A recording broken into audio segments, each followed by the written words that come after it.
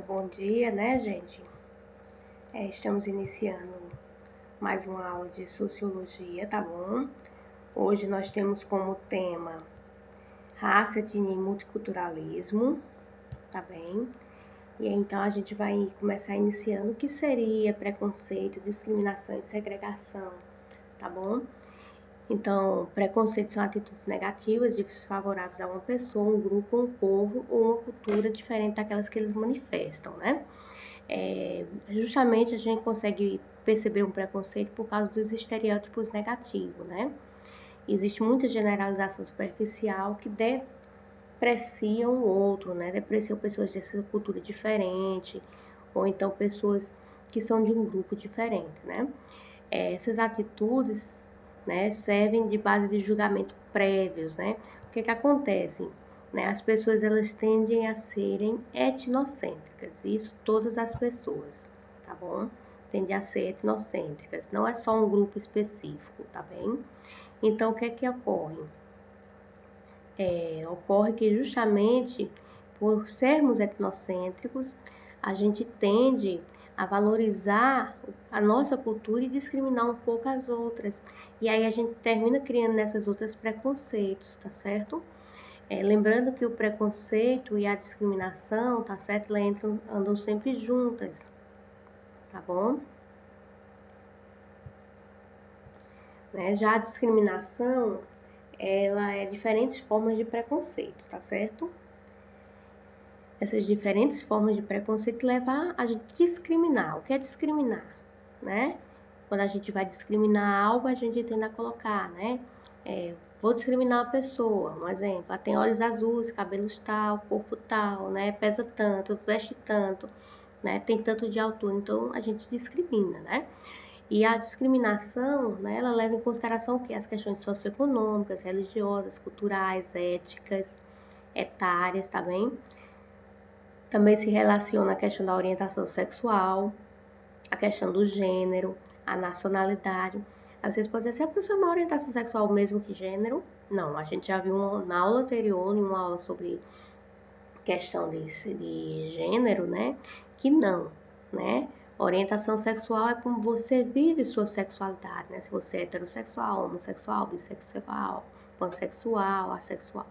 Já o gênero, só existe 3 tipos de gênero, né? O masculino, o feminino e o intersex, né? Que era o antigo chamado hermafrodita, porém o termo modificou, tá bom? Então, o que seria a discriminação, né? Ela é a negação dessa igualdade, né, de tratamento, né, transformada em uma ação concreta, tá certo? Ou seja, no momento que eu tenho preconceito do outro, eu começo a agir com discriminação, por isso que eles caminham juntos, tá bom? E essa discriminação sempre ocorre por ação de agentes diversos, seja indivíduos, grupos, tá certo? Instituições. E na maioria das vezes, ela é bem observável, certo? Ela fica bem clara, né? A relação com o preconceito sempre existe, apesar de eles serem fenômenos distintos, mas eles sempre estão interligados. Não existe preconceito sem discriminação ou discriminação sempre sem preconceito, tá bom? Eles sempre caminham juntos, tá certo? Aqui é um exemplo, ó, de um preconceito, ó. Quando uma criança pequena está impossível, né? Muitas vezes a gente sabe que existe preconceito e discriminação por questão de raça, né? Quando a criança é branca, o pessoal diz muito, se você fizer isso, então chame seu pai.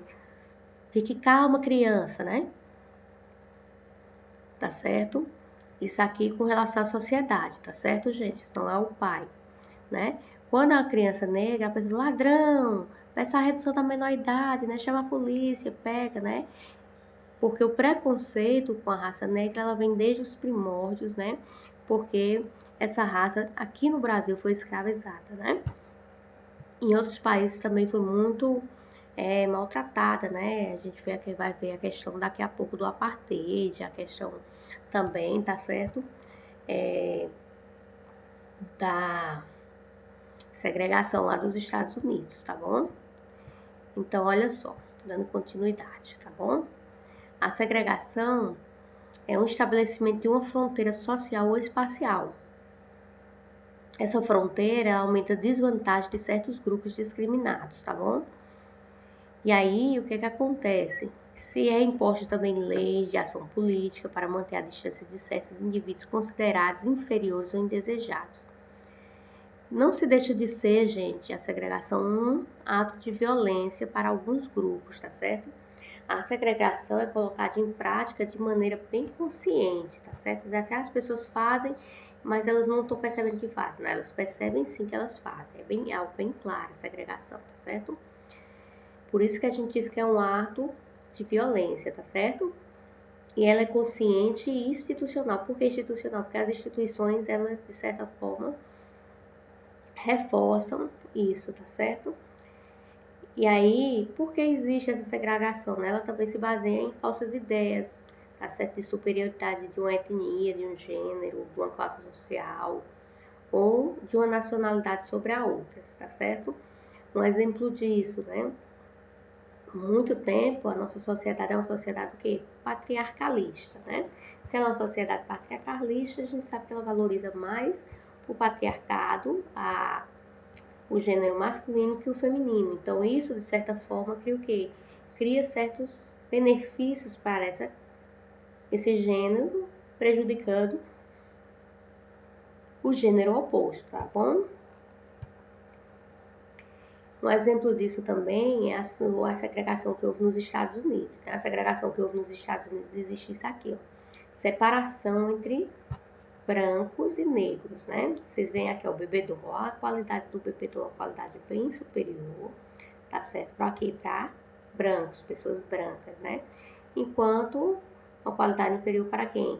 Tem aqui, ó, pessoas de cores, né? Tá certo? Na segregação também dos Estados Unidos tem essa questão, os brancos sentavam na frente do ônibus e os negros atrás, né?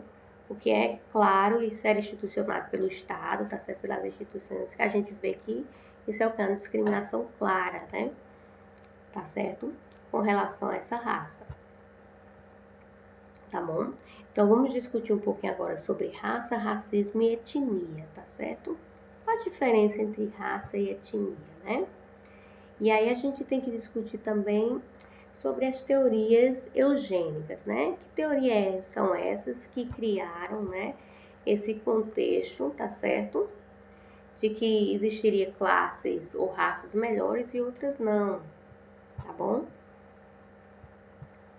E aí a ideologia do racismo, né, baseou-se em estudos do comportamento humano que procuram explicar as diferenças sociais e culturais, né? Baseando-se em conceitos das ciências naturais. Esses estudos, né, que a gente chama de teorias eugênicas ou teorias raciais, buscam justificar a ideia de existência de povos superiores e inferiores, porque no momento que eu digo que existe alguém que é superior, né, da mesma forma eu digo que existe alguém que é inferior, tá bom? E aí a gente inicia discutindo a teoria lombrosiana, né, de César Lombroso, né? Um estudioso do século XX, né, que ele dizia que a raça, né, como qualquer grupo humano, tinha características próprias. Lembrando, quando a gente fala de raça, vamos definir o que é raça e o que é etnia, né? Quando eu estou falando de raça, eu estou falando em características fisiológicas e biológicas comuns, né? É tipo de cabelo, cor de pele, tudo que são características físicas ou biológicas, questões que têm a ver com DNA. Já quando eu falo de etnia, né? Eu falo o quê? Eu falo de aspectos, né, que o povo tem em comum, né, como classes linguísticas, intelectuais, morais e culturais, né? Nesse sentido, eu estou falando da forma de viver de uma comunidade, estou falando da cultura, tá bom? Etnia, ela tem a ver com cultura, e raça tem a ver com as características biológicas, tá bem? Aparência física, tá bom? E aí o Lombroso, ele dizia que cada grupo, ou seja, né, cada raça, né, teria características físicas, biológicas e culturais que seriam transmitidas. Mas a gente sabe hoje, gente, que isso aqui é pura discriminação, né? Por quê?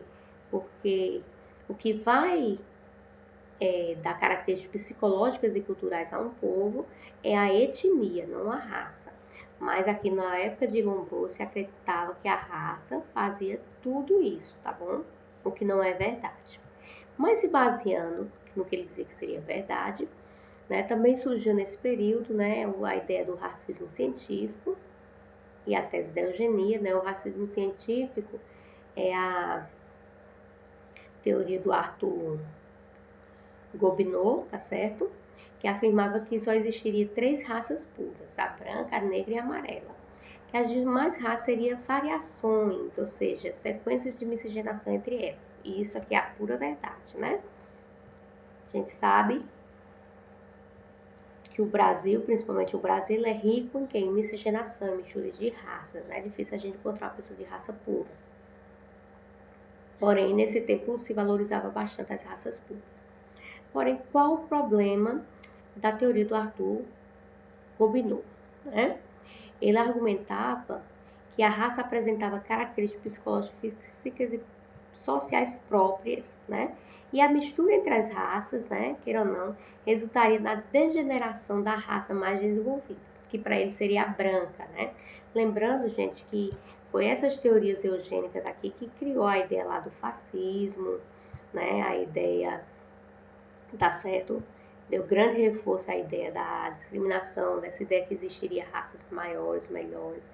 Né? Depois a gente vai estudar um pouco sobre os antropólogos que quebram um pouco essa visão, tá bom?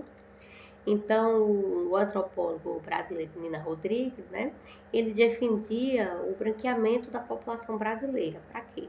Porque se a raça branca era considerada a raça mais desenvolvida, a raça superior, então, no momento que houvesse o embranquecimento dessa raça, né, a sociedade iria se tornar o quê? Uma sociedade melhor, mais superior, mais desenvolvida. Né? Lembrando, gente, que essa teoria, né, não se deixa de ser uma teoria, né, totalmente, tá certo, preconceituosa, né? Já o César Lombroso, que era médico, né, ele afirmava, né, que a partir das características físicas de uma pessoa, os aspectos físicos, a gente poderia perceber se uma pessoa era honesta ou criminosa, tá certo? Claro que essa teoria do César Lombroso tá, é uma teoria ultrapassada, mas até hoje, tá certo, dentro dos estudos criminais, tá bem?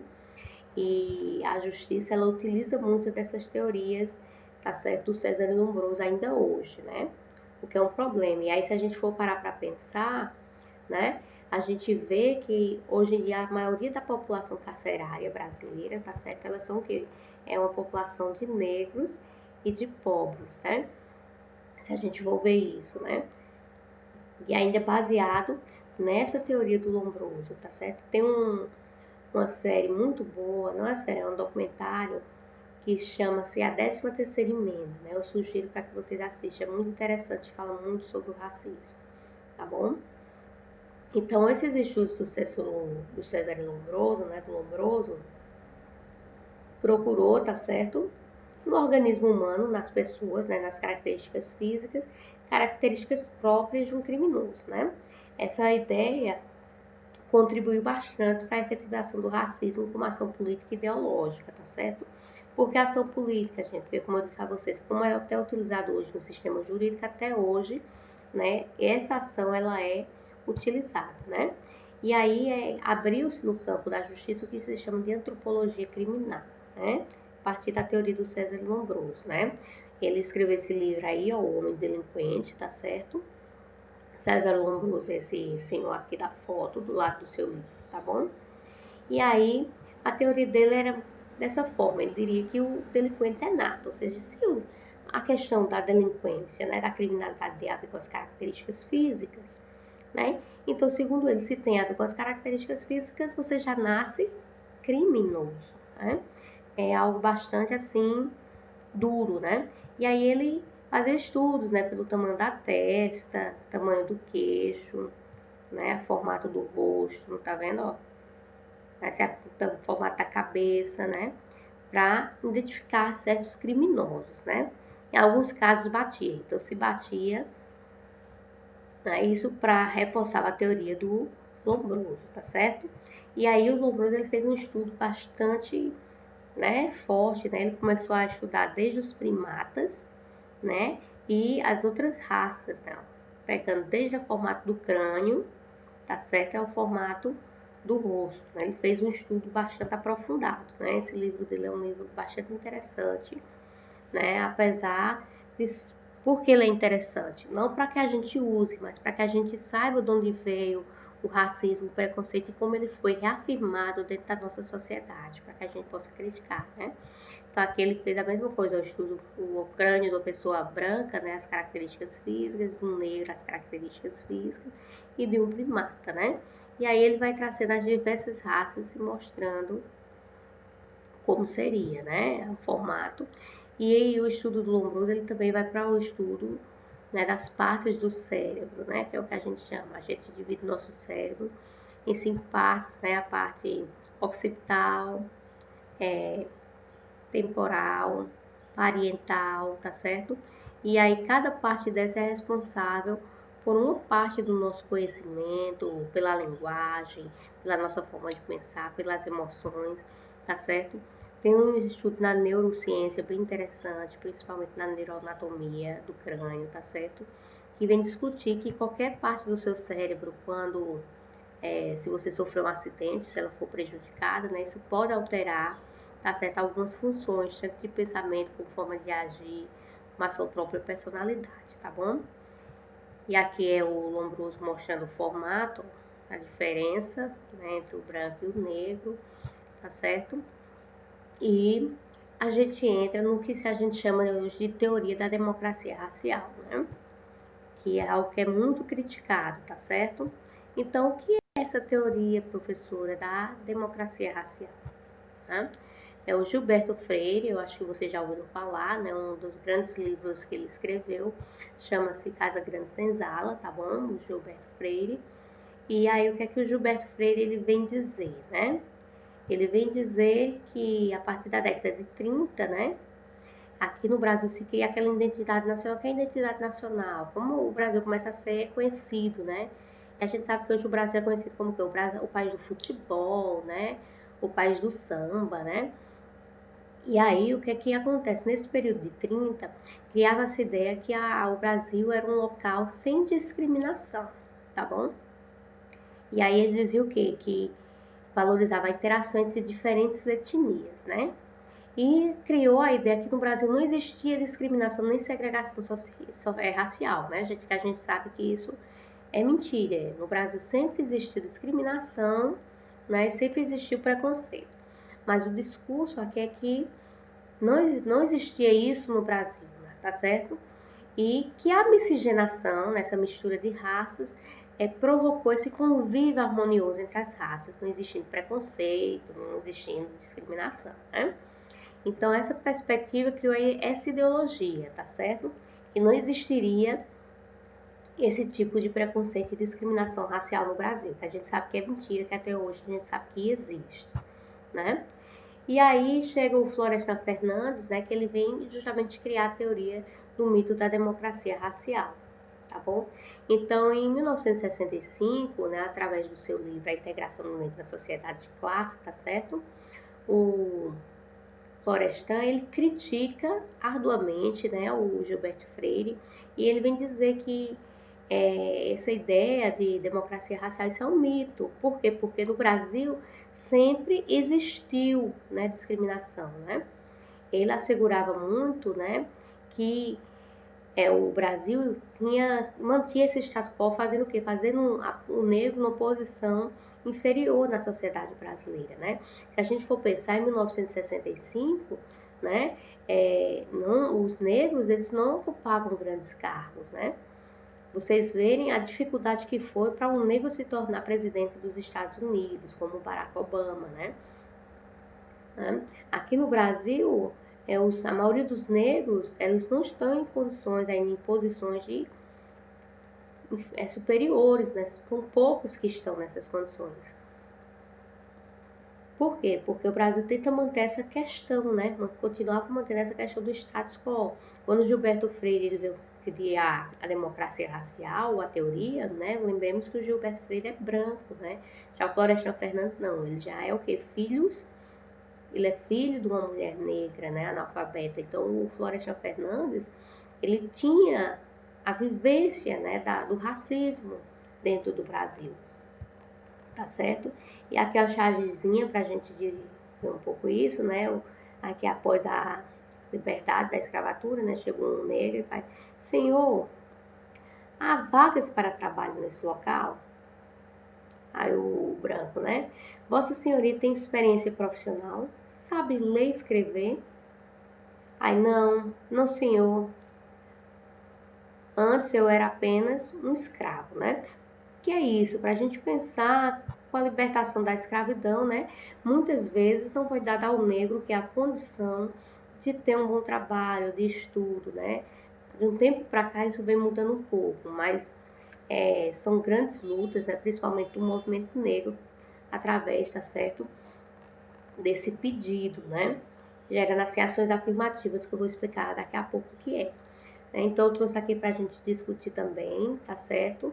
A morte do George Floyd, né, de 33 anos, né? E do Manuel Ellis, né, principalmente porque ele entrou agora uma coisa bastante discutida nos Estados Unidos, né? Quando o policial colocou o pé em cima do pescoço e matou, né? Ficando claro também aqui, né, o abuso policial por causa que a pessoa abordada, né, era uma pessoa negra, tá certo? E aí criando o movimento que o pessoal chamou, né, que vidas negras importam, né, com uma coisa bastante interessante, né? E aí a gente entra agora no tema multiculturalismo. O que é isso, multiculturalismo, professor? Né? O multiculturalismo é justamente o conceito que surge hoje em dia nas nossas sociedades contemporâneas como uma forma de combater, tá certo? Essa discriminação e essas ideias de superioridade, tá certo? Que veio com quem? Veio justamente com os povos colonizadores europeus. Porque existe discriminação, né? Porque alguns locais, tá certo? Como aqui o Brasil, nós fomos colonizados por europeus, por pessoas brancas. Talvez se a gente tivesse sido colonizado por africanos, por negros, essa ideia fosse trocada, tá certo? E aí ele vem dizer o quê? Que uma forma de combater essa homogeneidade cultural, porque a gente sabe que só se valoriza assim, um tipo de cultura, né? Tá certo? Que seria essa cultura valorizada pelos europeus, tá certo? Hoje em dia seria o quê? Seria a diversidade cultural, o multiculturalismo, você vai valorizar as diversas culturas, tá certo? E seria o quê? Uma forma de você também de certa forma, tirar essa crítica que existe sobre as desigualdades sociais, sobre as diversas formas de racismo, preconceito e discriminação social, né? E uma forma disso bem clara também a gente sabe que é a xenofobia, né? A xenofobia as pessoas têm muito também crítica a pessoas que são de uma área diferente da sua. A gente que é nordestino, o pessoal critica bastante nossa fala, né? Nossa forma de ser, né? E aí o que é isso, né? Não se trata de discriminação, de etnocentrismo, né? Da parte de certas regiões, tá bom? Então, o multiculturalismo, ele visa isso, ele visa valorizar as diversas culturas, tá bom? E aí, vem a questão também da interculturalidade como uma das formas, tá certo? De diminuir esse preconceito, tá bom? Que ela aponta justamente para a comunicação entre culturas e meios de produzir novos conhecimentos, tá certo?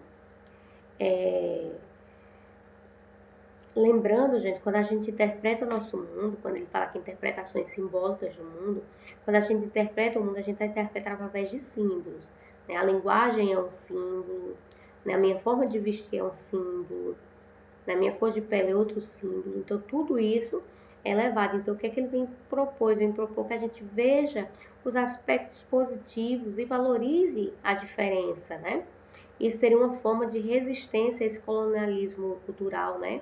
E queira ou não, só valoriza uma determinada cultura, um determinado povo, tá certo? E dessa forma, o que é que a gente vai fazer? A gente vai ver uma nova forma de ver o mundo, tá bem? Reconhecido pela multiculturalidade e interculturalidade. Né? E por fim, ele vem propor também ações afirmativas. O que são as ações afirmativas? São aquelas ações que visam coibir qualquer tipo de discriminação, tá certo? De preconceito e desigualdade. E além disso também visa o que? Diminuir as diferenças. das certas ações afirmativas, elas começam a ser adotadas nos Estados Unidos na década de 30, tá bom?